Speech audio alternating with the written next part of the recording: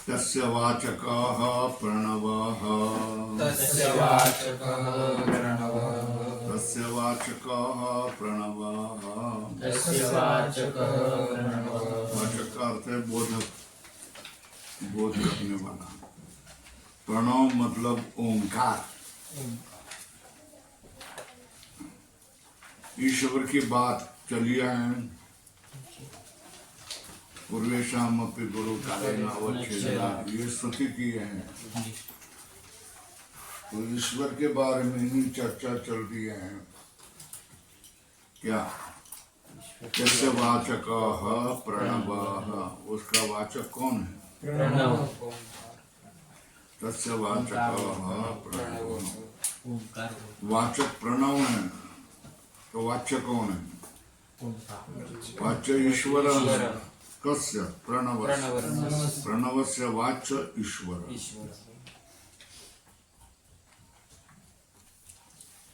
किमस्य संकेत कृतं वाचवाचकत्वं।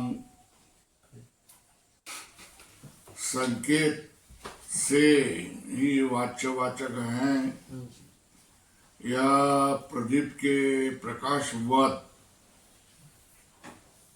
क्या? प्रदीप प्रकाशवत स्थितम इति, ये प्रश्न है। प्रदीप और उसका प्रकाश की तरह संकेत कृतम ईश्वर और प्रणव, ये क्या? संकेत कृतम वाचक वाचकत्वम अथवा प्रदेश के प्रकाश की तरह वाच्य वाचक। प्रदीप का प्रकाश जैसे दूसरे को प्रकाशित करता है, दूसरे वस्तु को, तो वो प्रकाश्य होता है। प्रदीप प्रकाश प्रकाशक होता है ना? तो यहाँ प्रणव ईश्वर का वाचक है, तो ईश्वर वाच्य है। तो प्रणव क्या ऐसा प्रकाश की तरह ईश्वर को प्रकाशित करता है क्या? अथवा उसमें शक्ति नाम का संबंध है। ये वाच्य रहेगा, ये वाचक रहेगा। जैसा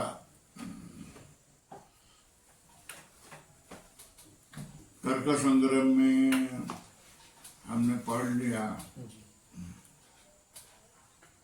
अस्मात् अयम् अर्थो बोधव्य ईश्वरी संकेतः शक्ति ही, ऐसा पढ़ा है। पढ़ा है ना? लिखो वहाँ, अस्मात् शब्दात्, अस्मात् शब्दात् अयम् अर्थो बोधव्य इति ईश्वरी संकेतः। क्या रहेगा?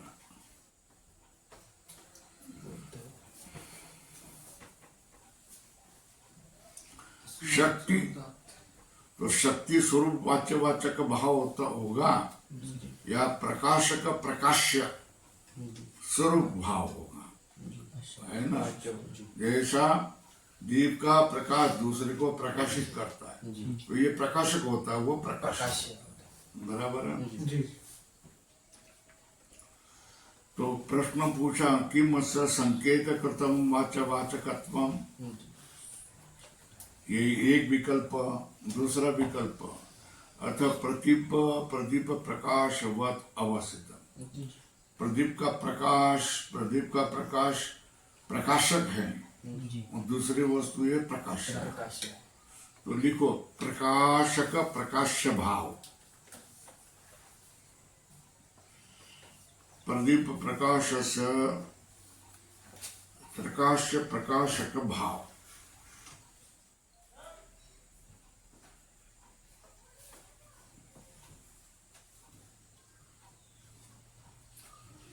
स्थितोस्य वाच्यस्य वाचकेन सह संबंध। क्या? इस वाच्य का ईश्वर वाच्य है, वाचक क्या है? ओंकार है। इन दोनों का वाच्य से वाचकेन सह संबंध स्थित है। है ना, स्थितो अस्य वाच्यस्य वाचकेन सह संबंध। इस वाच्य का वाचक के साथ सह संबंध कैसा है? स्थित है। संबंध तो है किसका? वाचक का। वाचक के साथ संबंध है। वो संकेतस्तु ईश्वरस्य स्थितमेव अर्थम अभिनयति।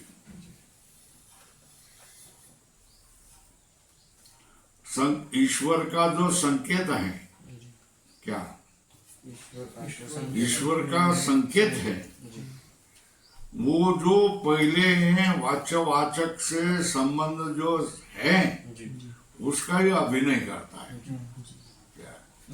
अस्य वाच्यस्य अस्मात् वाचकात् अस्य शब्दस्य अनेन अर्थेन संबंध, ये संकेत होता है ईश्वर से संकेत, है ना। तो पहले से जो संबंध होता है उसको ईश्वर का संकेत अभिनय करता है। स्थितो अस्य वाच्यस्य वाचकेन संबंध पहले से ही स्थित है। संकेतस्तु ईश्वरस्य स्थितम एव अर्थम अभिनय, पहले से ही स्थित है। अर्थ कौन है? संबंध। देखो अर्थ कौन है? स्थितम एव अर्थम अभिनय।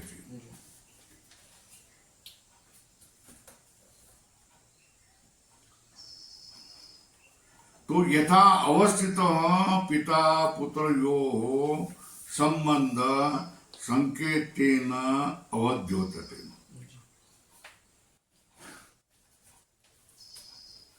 पिता के पुत्र को जन्म हो गया, उस समय से ही क्या होता है? पिता उसका बाप होता है, जनक होता है, वो जन्य जनक संबंध, क्यों पिता पुत्र संबंध, ये पहले से ही होता है। यथा अवस्थित पिता पुत्रयोः संबंध है ना, संकेतेन अवद्योत्यते। संकेत से क्या क्या बताया जाता है? संकेत करके बात कैसा संकेत किया जाता है? अयम अस्य पिता, उदाहरण चिन्ह में अयम अस्य पुत्र, ये क्या अवद्योतन है? संकेत से अवद्योतन है। ये शुरू करो। संकेत से अवद्योतन है। क्या है? अयम अस्य पिता, अयम अस्य पुत्र। पहले तो पिता पुत्र दोनों ही है ना, है, मगर बाद में संकेत से प्रकट किया जाता है। अयम अस्य पिता, अयम अस्य पुत्र।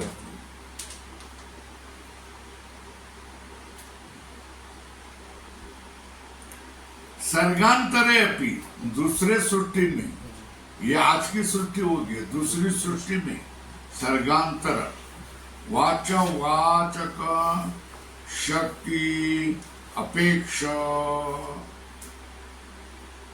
वाचक शक्ति अपेक्षा तथैव संकेत।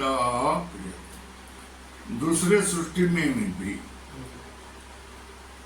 वाचक शक्ति अपेक्षा, वाचक के शक्ति की अपेक्षा करके उसी तरह का संकेत किया जाता है। दूसरे सर्ग में भी, ये सर्ग की बात छोड़ दो, दूसरे सर्ग में भी वही शब्द हो, वही अर्थ हो, तो भी क्या क्या सर्गांतरेषु अपि वाच्यवाचक शब्द, वाच्यवाचक शक्ति अपेक्षा, वाच्य और वाचक में जो शक्ति है उस शक्ति की अपेक्षा से उसी तरह संकेत किया जाता है। क्या होगा?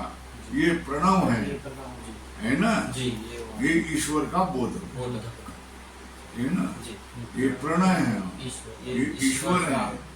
तो ये ईश्वर का ये कौन है? बोधक है। है ना, कौन? प्रणव। प्रणव और ईश्वर क्या है?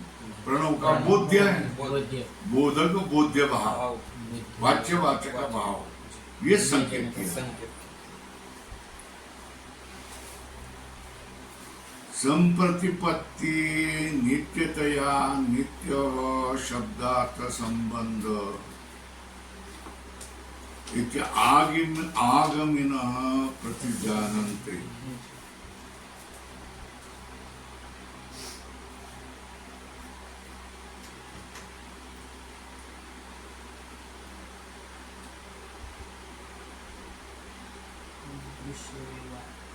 संप्रतिपत्ति नित्यतया, जो सम्यक जो प्रतिपत्ति होता है वो ज्ञान नित्य होने से, नित्य शब्द और अर्थ का संबंध होता है।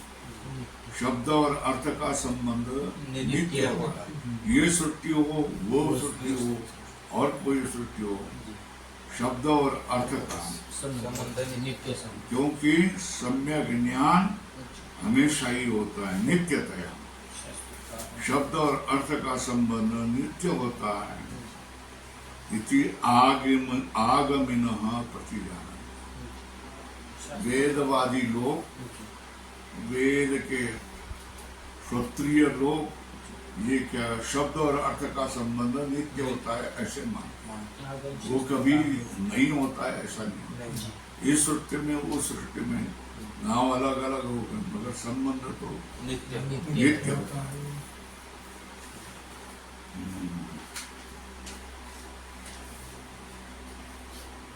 संप्रतिपत्ति नित्यतया नित्य शब्दार्थ संबंध, इस तरह क्या कहते हैं? आगामी कहते हैं। क्योंकि आगमिनः प्रतिजानते।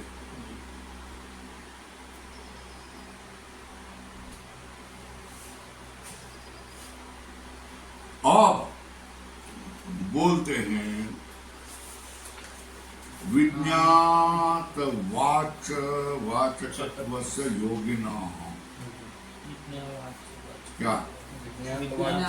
विज्ञात वाचकत्वस्य योगिनः। जिसने विज्ञात वाचकत्वम येन स विज्ञात वाचकत्वम, है ना, जिसने वाचक भाव जान लिया कि ये ओंकार है और ये ईश्वर है, ये इस ईश्वर का ये क्या करता है? प्रणव ओंकार तस्य वाचक प्रणव कहा है ना। तो ईश्वर क्या है? वाचक। ईश्वर क्या है? वाच्य। और ये वाचक है। ये जान लिया है भाव किसने? जिस योगी ने, है ना। देखो, विज्ञात वाच्य कौन है? ईश्वर। वाचक कौन है? प्रणव।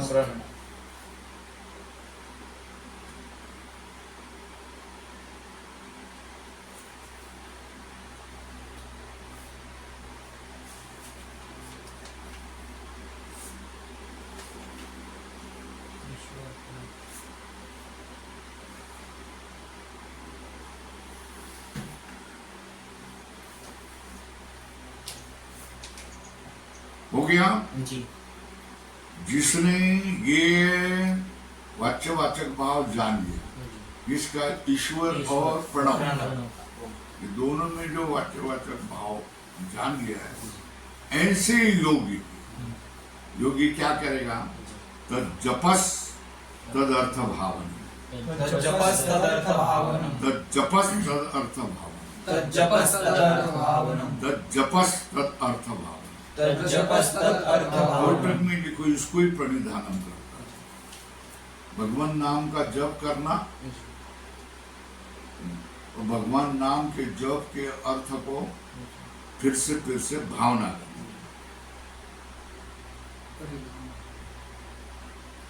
जप किसका होगा?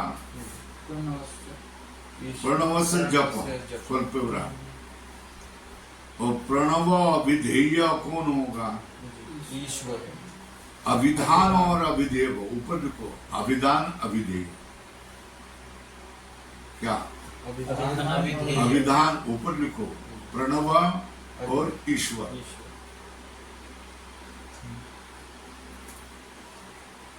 नीचे लिखो प्रणव वाचक, प्रणव के नीचे बाण करो और को वाचक, और ईश्वर क्या बन गया, बाण नीचे बाण करो वाचक। वही प्रणव क्या है, अभिधान करो बाण करके, दूसरा नाम अभिधान मतलब नाम, और नीचे क्या करो, अभिधेय। हाँ, प्रणव को लिखो नाम और इसको लिखो नामी, अलग अलग भाव से बोलेंगे ना, नाम नामी बनो, अभिधान अभिधेय बनेगा, वाच्य वाचक भाव बोलेगा।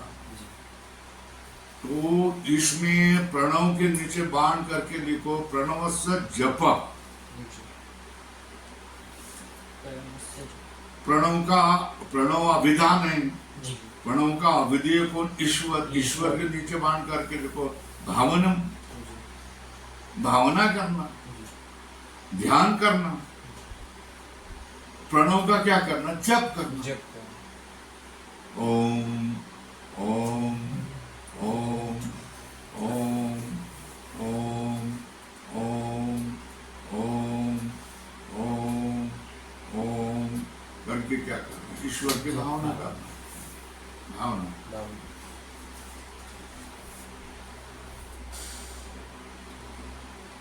तो इससे क्या होगा,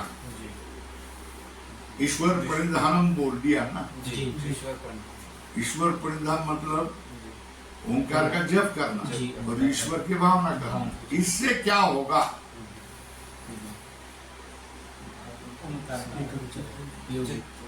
योगिना क्या, चित्त एकाग्रम संपद्यते, क्या हो गया, बराबर है ना। कौन से योगी के, कोटक में लिखो प्रणवम जपतः, ये विशेषण योगी का, क्या जपतः एक, प्रणवार्थम च भावयतः दूसरा विशेषण।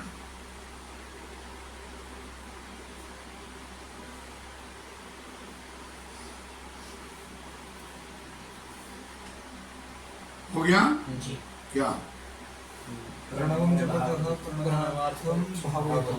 है ना। तो विशेषण पहले और दूसरे विशेषण लेकर के योगी का वाक्य बोल दो, प्रणवं जपतः प्रणवार्थं च भावयतः योगिनः चित्तम एकाग्रम संपद्यते। प्रणव का जप करते हुए, प्रणव का अर्थ जो ईश्वर है उसकी भावना करते हुए योगी के चित्त का एकाग्र प्राप्त होता है। तो योग किसके लिए, ये तो समझ में आया क्या, योग किसके लिए, जो बिखरा हुआ चित्त है उसको एकाग्र करने के लिए योग प्रणाली है। ज्ञान तो किस, ईश्वर का ज्ञान, ज्ञान से ही ईश्वर का मोक्ष, अपना मोक्ष होगा, ईश्वर का प्राप्ति होगी, ईश्वर की प्राप्ति तो ज्ञान से होगी, है ना। ये महत्व का है, तद जप तद अर्थ भावना है ना, ये प्रणिधान है। प्रणव से जप, प्रणव अभिधेय से ईश्वर से भावनम, तदस्य योगिन प्रणवम जपतः प्रणवार्थम च भावयतः चित्तम एकाग्रम संपद्यते।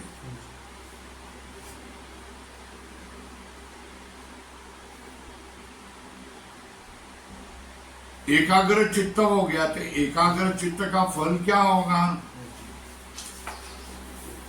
वो आगे बताएंगे, क्या करेंगे आगे बताएंगे। 29वें सूत्र, स्वाध्याय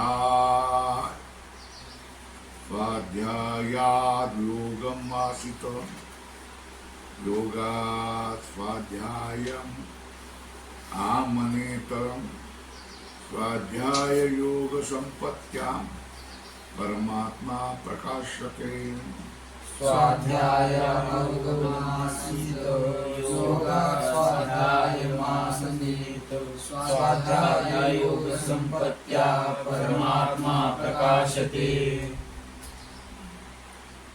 स्वाध्याय मतलब जप, प्रणव का जप। जी उससे योग का अर्थ है कि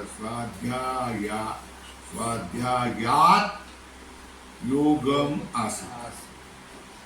स्वाध्याय से चित्त एकाग्र मतलब योग है। योग चित्तवृत्ति निरोध है ना। जी स्वाध्यायात योगम आसीत। योग का क्या करो, विचार करें। योगात स्वाध्यायम आमनेत। योग से फिर योग से क्या करो, फिर जप करो। योगात स्वाध्यायम आमनेत। दोन स्वाध्याय योग संपत्तिया परमात्मा प्रकाश। स्वाध्याय का अर्थ है नामस्मरण करो और उसी समय क्या करो, भावना करो, ईश्वर की भावना करो। स्वाध्याय ये नाम जप है और क्या योग ये ईश्वर भावना है। तो स्वाध्याय से ईश्वर की भावना करें, ईश्वर की भावना से फिर स्वाध्याय करें। स्वाध्याय और योग की प्राप्ति से परमात्मा धीरे धीरे प्रकाशित होता है। क्या परमात्मा धीरे धीरे प्रकाशित हो गया। किंच अस्य भवति, इससे क्या होगा, क्या होगा?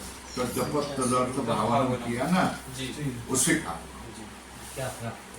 ततः प्रत्यक्षेतनाधिगमो अप्यंतराया भावश्च।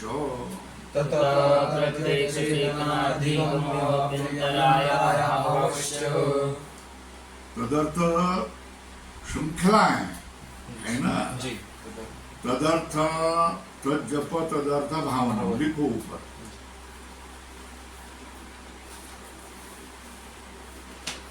बाण करो, उससे क्या होगा?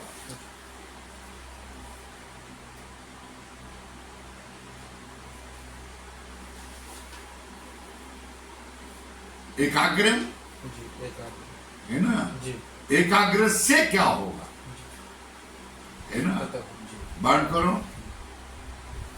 प्रत्यक्ष चेतना अधिगम एक और अंतराया भावश। क्या समझ में आया?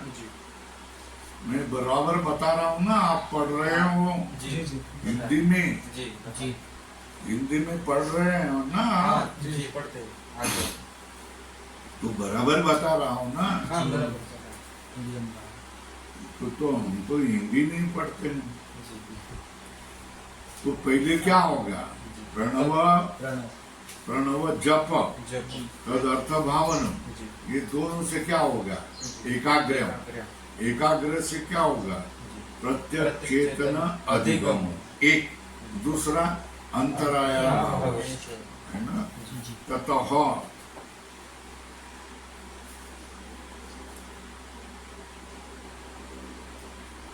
है ना। तो अंतराया न भवन्ति, है ना। ये तावत अंतराया। अंतराया कौन? व्याधि प्रभुत्व। या आगे बताओ, अग्नि सूत्र वाले। व्याधिष्ठ्यान संशय प्रमाद आलस्य अविरति भ्रांति दर्शन अलब्ध अनवस्थितत्वानि चित्त विक्षेपा अंतराय, है ना।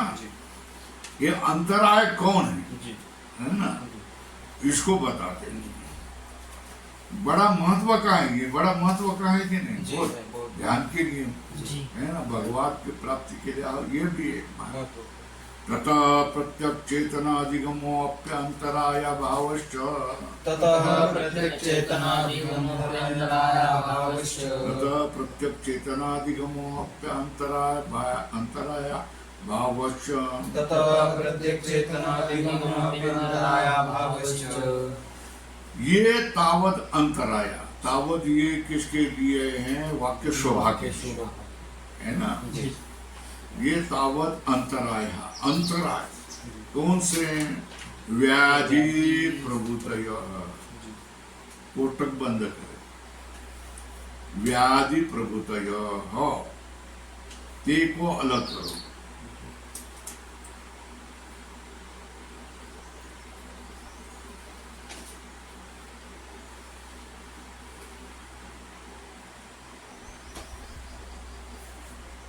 तो जो कोई अंतराय होते हैं, आगे बताएंगे, व्याधि प्रभुतय, वो ईश्वर के प्रणिधान से नहीं होते। ईश्वर की भक्ति करने से, ईश्वर का नाम जप और ध्यान करने से क्या होता है? अंतराय नहीं होता। अंतराय नहीं। ये एक हो गया, अंतराया न भवन, ये एक। और स्वरूप दर्शनम अपि अस्य भवति, अस्य योगिनः, स्वरूप दर्शन दोन,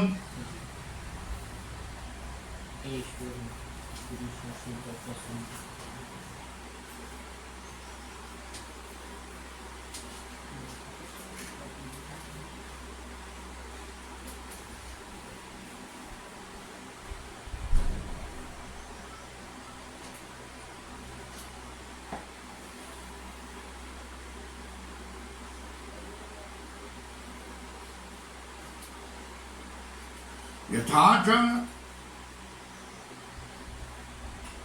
स्वरूप दर्शनम अपि अस्य भवति, बराबर ना? इसका स्वरूप दर्शन भी होता है। यथा ईश्वर,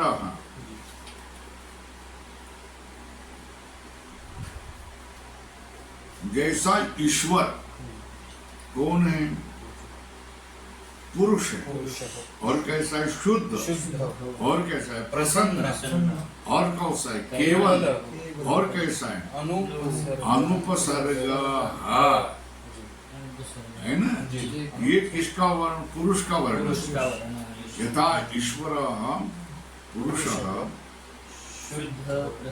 है ना? ईश्वर का लक्षण बोलेंगे क्या? बोलो।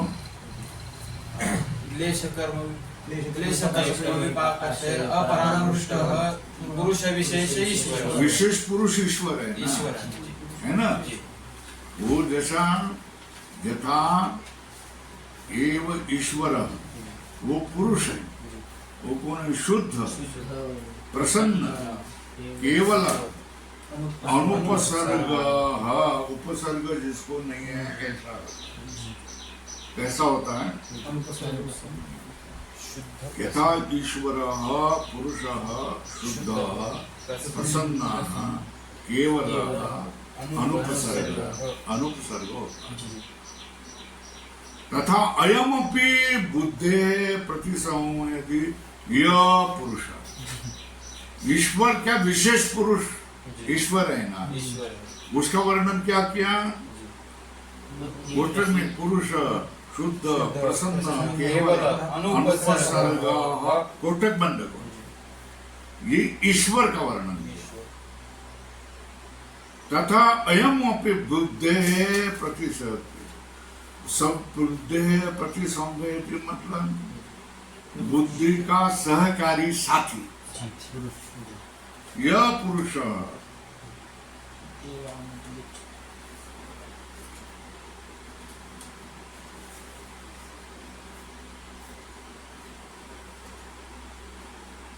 तम अधिगच्छति।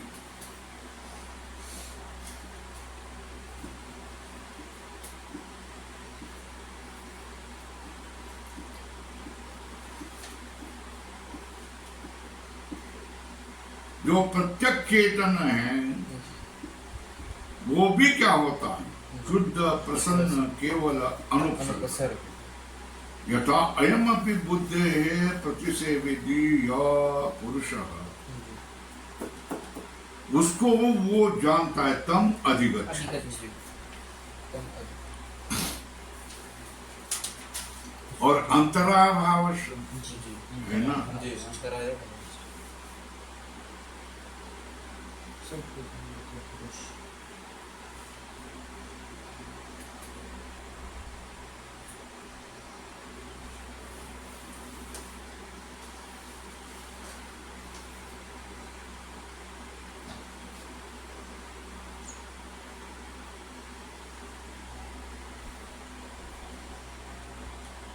अधिगम का अर्थ ज्ञान।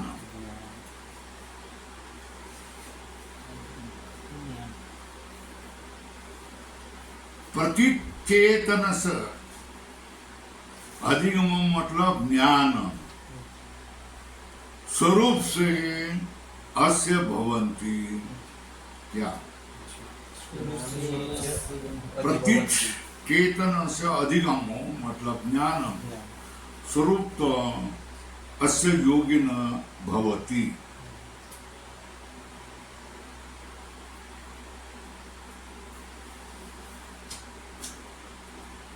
प्रत्यक चेतन अधिगम का अर्थ हो गया प्रति चेतन से मतलब बुद्धि का प्रतिसंवेदी है, उसका भी क्या होता है स्वरूप तो ज्ञानम भवति।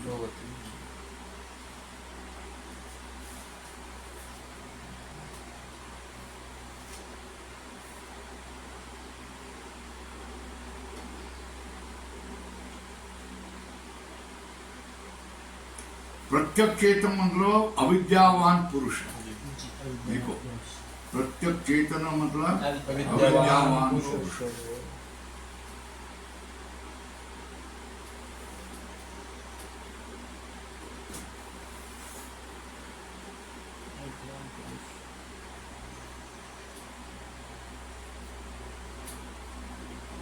वो भी क्या करता है अपने स्वरूप का ज्ञान प्राप्त करता है।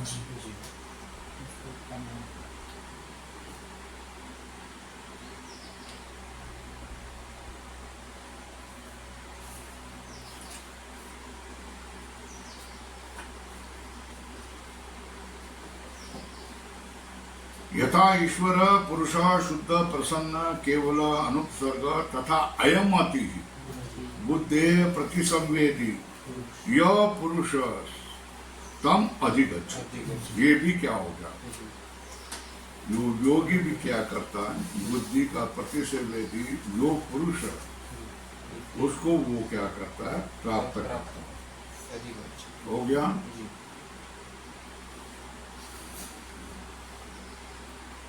अब अंतराय बोल दिया ना यहाँ अपि अंतराया भावश्च है ना।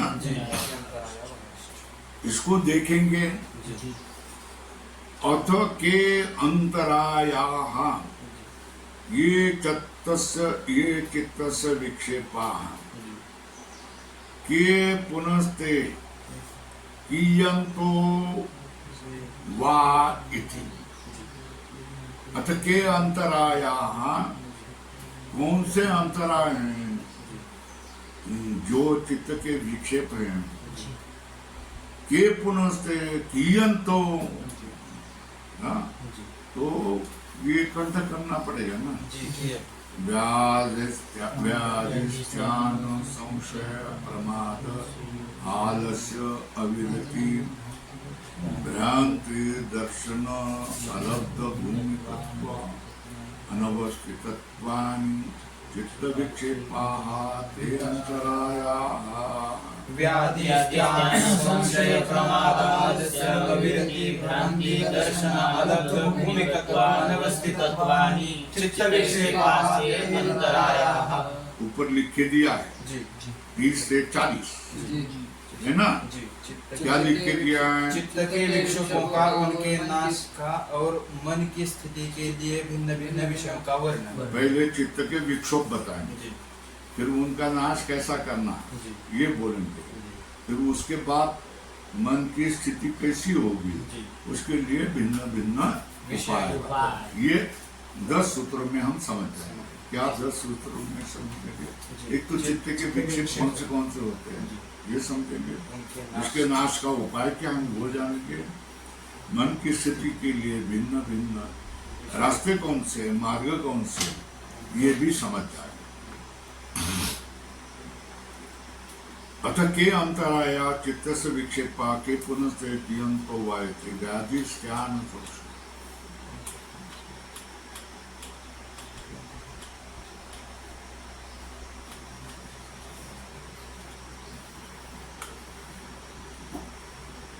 नव अंतरायः चित्तस्य विक्षेपः। नव अंतरायः चित्तस्य विक्षेपः। अंतराय 9 है, संख्या बता क्या? सामान्य रूप से कितने? नव अंतरायः। नव अंतरायाः, अंतराय का अर्थ कोष्टक में चित्तस्य विक्षेपः। सह एते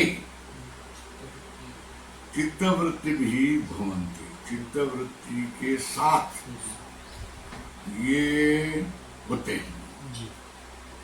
चित्तवृत्ति भी ही सह एते भवन्ति। क्या?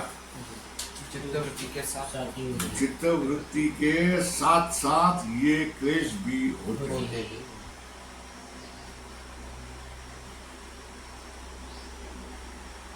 और एषाम अभावे न भवन्ति पूर्वोक्ता चित्तवृत्ति। ये नहीं होंगे तो पहले जो चित्तवृत्तियां कही हैं वो नहीं होती। बोलो कौन से? व्याधि ध्यान संशय ये अंतराय। अंतराय। चित्तवृत्ति बोलो। चित्तवृत्ति पंचतय बोलो। क्लेश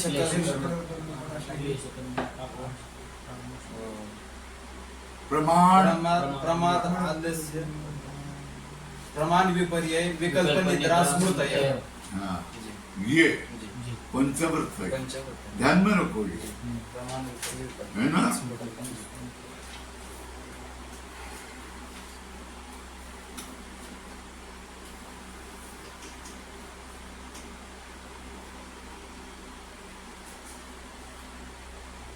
नवांतराया चित्तस्य विक्षेपः सह एते चित्तवृत्ति भी सह एते, एते मतलब अंतरायाः भवन्ति।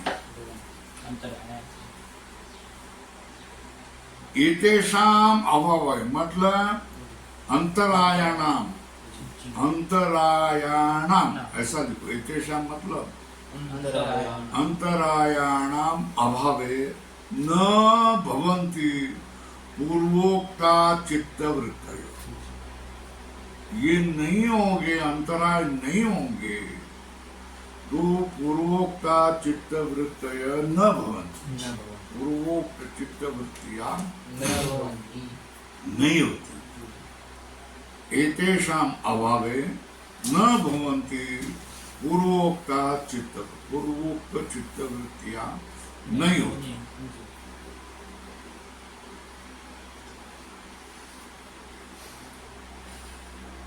व्याधि का अर्थ क्या है?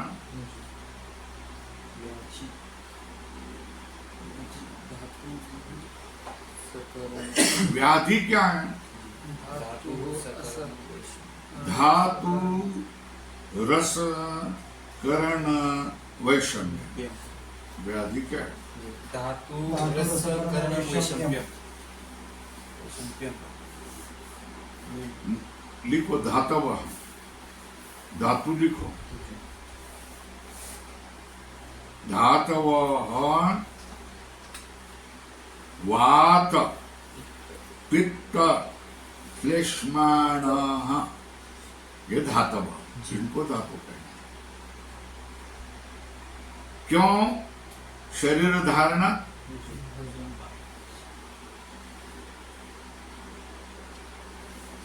हो गया। धातव मतलब शरीर धारणा धातव। कौन है वो? वात पित्त श्लेष्माण। अब रस लिखो।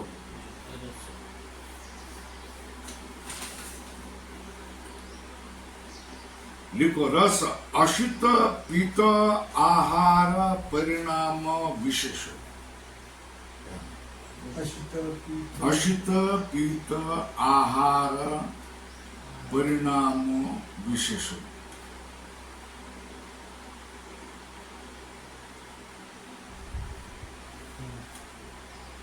है ना। अशित पीत आहार परिणाम विशेष। सीधी भाषा में क्या होगा? खाया पिए हुए, खाए हुए पिए हुए आहार का विशेष परिणाम, मतलब रस। बराबर है? खाए पिए हुए आहार का विशेष परिणाम मतलब रस। रस को भी बता दिया। पहला क्या बता दिया? धातु धातु बन गया। दूसरा क्या बता दिया? रस। अब करण है ना, जी करणानि इंद्रियाणि,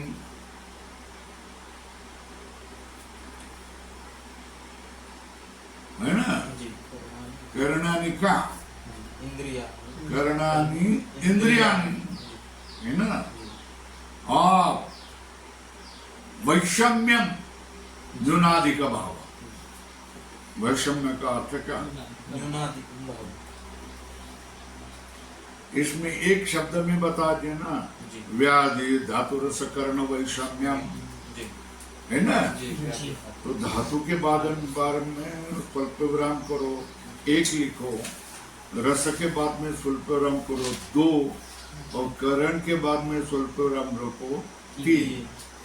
धातु रस कर्ण इनका क्या है?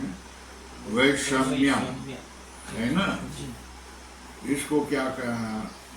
वैषम्य न्यूनाधिक भाव। ये पुस्तक में लिखो, तुम्हारे ऊपर, ये ऊपर जहां है वहां लिखो। ये क्या हो गया? व्याधि का लक्षण बताइए। व्याधि धातु रस कर्ण वैषम्य, क्या व्याधि का लक्षण? क्या? धातु रस कर्ण वैषम्य। स्त्यानम, स्त्यानम का अर्थ क्या? चित्तस्य अकर्मण्यता। क्या? चित्तस्य अकर्मण्यता। आज मेरा मन नहीं लग रहा है, कुछ करूं ऐसा नहीं लग रहा है ना। कुछ भी बोलो, आज हमसे कुछ भी नहीं होगा, आज तुम जाओ अपने अपने बैठो, तब मेरा आज मन नहीं लग रहा है ना। इसको कहते हैं स्त्यान। स्त्यान का अर्थ क्या है? बराबर अकर्म, चित्तस्य अकर्मण्यता। क्या? चित्तस्य अकर्मण्यता। कोई करे, कुछ काम करे ऐसा न लगना, मन नहीं लगना, इसको कहते हैं स्त्यान, है ना। संशय,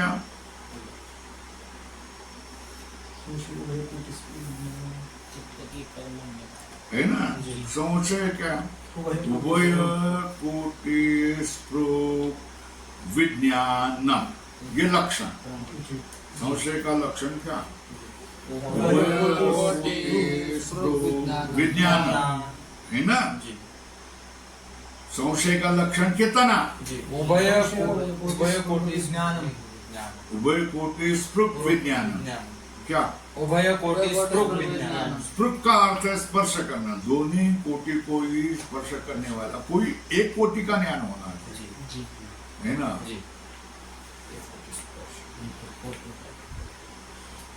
इदम इदम एव,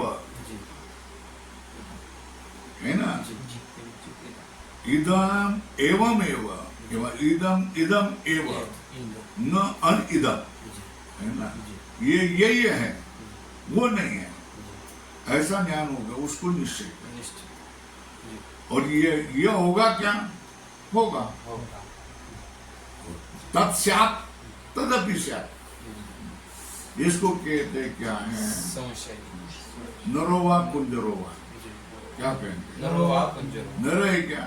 नहीं बोल सकते, कुंजर भी हो सकते। तो फिर कुंजर बोलो। नहीं, कुंजर भी नहीं, नर भी हो सकते। इसको कहते हैं संशय। संशय का लक्षण क्या क्या? उभय कोटि स्पृह विज्ञानम, है ना। उसको अभिनय करके बोलते, स्यात् इदं एवं, क्या? इदं एवं नैवं स्यात्। उदाहरण चिन्ह में लिखो, स्यात् इदं एवं, ये ऐसे ही होगा, नहीं भी होगा, है ना। ये कैसा होगा? ऐसा भी हो सकता है, वैसा भी हो सकता है। स्यात् इदम एवं नैवं स्यात्। ये हो गया, क्या हो गया? संशय। संशय। प्रमाद का लक्षण समाधि साधना नाम अभावना। प्रमाद का अर्थ क्या है? आसन करो, नहीं मन लग रहा है, भाई प्राणायाम तो करो, प्राणायाम भी नहीं, ध्यान करो, ध्यान में भी नहीं। उसको क्या कर, आज नहीं करेंगे, रहने दो, आज बहुत काम हो गया, आज बहुत त्रास हो गया। उसको प्रमाद को क्या कहते हैं? समाधि साधना नाम अभावना। क्या? समाधि साधना नाम अभावना। समाधि साधना नाम अभावना, उसको क्या कहते हैं? प्रमाद। समाधि साधना नाम अभावना। आलस्यम कायस्य चित्तस्य च गुरुत्वात् अप्रवृत्ति। शरीर अथवा चित्त जड़ होने के कारण प्रवृत्ति नहीं होती। क्या? आलस्य का कायस्य चित्तस्य च गुरुत्वात् अप्रवृत्ति, है ना? अविरति। चित्तस्य विषय संप्रयोगात्मा गर्ध। चित्त विषय से संलिप्त होने से योग के प्रति घृणा हो, उसको क्या कहते हैं? अविरति, है ना?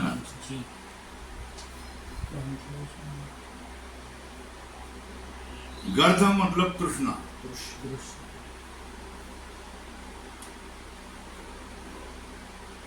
है ना? क्या? आलस्य अविरति मतलब चित्तस्य विषय संप्रयोगात्मा विषय संप्रयोगात्मा गर्ध। गर्ध मतलब तृष्णा, विषय में वो लग जाना, बात बात, विषय की तृष्णा हो जाना। लोग का विचार करे तो वो विषय के बात में बारे में बोल रहा। अवितरी चित्तस्य विषय संप्रयोगात्मा गर्ध। मन में क्या आ रहा है?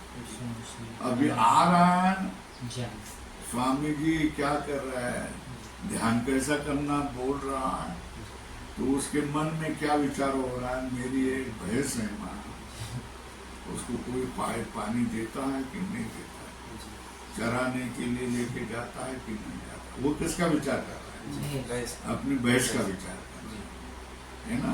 इसको क्या कहते हैं? अविरति। क्या? अविरति। जब यहाँ आए हैं ना, अब परीक्षा का विचार छोड़ देना, अब घर का विचार छोड़ देना। अब घर में पैसे आए हैं, वो अपने नाम पर पे है, उसको छुड़ाने के लिए पिताजी ने बोल दिया है, वो छोड़ दो, हमको वो नहीं चाहिए, तुमको जो करना है करो, हम नहीं आए। तो अविरति ये चित्त का दोष है ना? भ्रांति दर्शन। क्या? भ्रांति दर्शन। भ्रांति दर्शन क्या? विपर्यय ज्ञान। भ्रांति दर्शनम का अर्थ क्या? विपर्यय ज्ञान। विपर्यय ज्ञान। अब हो गया अलब्ध भूमिकत्व। क्या? अलब्ध भूमिकत्व। अलब्ध भूमिकत्व। समाधि भूमि का लाभ है, समाधि की स्थिति का लाभ नहीं हुआ, है ना? अलब्ध भूमिकत्व मतलब समाधि स्थिति का लाभ नहीं होगा। अब अनवस्थितत्वम, है ना? अनवस्थितत्वम,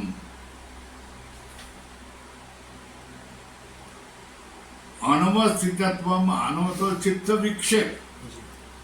यल्लब्धायाम भूमो चित्तस्य अप्रतिष्ठा। अनवस्थितत्व प्राप्त होने पर क्या? चित्त की चित्त भूमो चित्तस्य अप्रतिष्ठा। चित्त उस भूमि में प्रतिष्ठित नहीं हो रहा है ना? समाधि प्रतिलंबे ही सती तत् अवस्थितम स्यात्। समाधि का लाभ होने पर वो अवस्थित हो जाएगा किसी भूमिका में, पहली दूसरी तीसरी चौथी सातवीं भूमिका में। समाधि प्रतिलंबे ही सती, वो तत् अवस्थितम स्यात्, वो अवस्थित हो जाएगा। एते चित्त विक्षेपा नव, इनको क्या कहा? योग मला, अधोरेखा करो। योग प्रतिपक्षा, योग के विरोधी, योग के मल है। एते चित्त विक्षेपा नव, एते चित्त विक्षेपा नव योग मला, योग प्रतिपक्षा, क्या? योग प्रतिपक्ष, योग के प्रतिपक्षा, योग के अंतराय, योग के अंतराय इति अभिधीयन्ते, ऐसा क्या कहा? एते चित्त विक्षेपा नव योग मला, नौ है योग मल, उनको कहा जाता है। योग के प्रतिपक्ष विरोधी कहा जाता है। योग के अंतराय ऐसा उनको कहा जाता है। अंतराय क्या कहा गया? अंतराय, अंतराय का अर्थ क्या कहा जाता है? कि खंड भी कहा जाता है ना?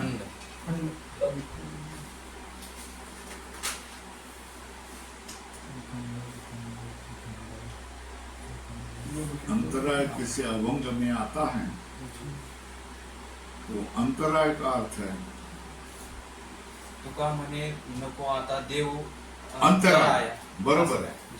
तुका म्हणे देव नको देव अंतराय, अंतराय के ये बीच में व्याधि, ज्ञान, प्रमाद, आलस्य, निवृत्ति, भ्रांति, भ्रांति दर्शनम, अलब्ध भूमिकत्वम, अनवस्थितत्वम, चित्त विक्षेप, ये नहीं होने चाहिए, अंतराय नहीं होने चाहिए। इसके ऊपर तुका मने आता नको देव अंतराय है ना, वो अंतराय शब्द का कितना स्पष्टीकरण कर सकते हैं? ये पढ़ा दिया है ना तुमको, क्या अंतराय मतलब क्या क्या होता है, ये सब व्याख्यान कर सकते हैं। इधर उधर के गप्पा मारने का 1 घंटा खत्म कर दिया, ऐसा थोड़ा होता है। हो गया यहाँ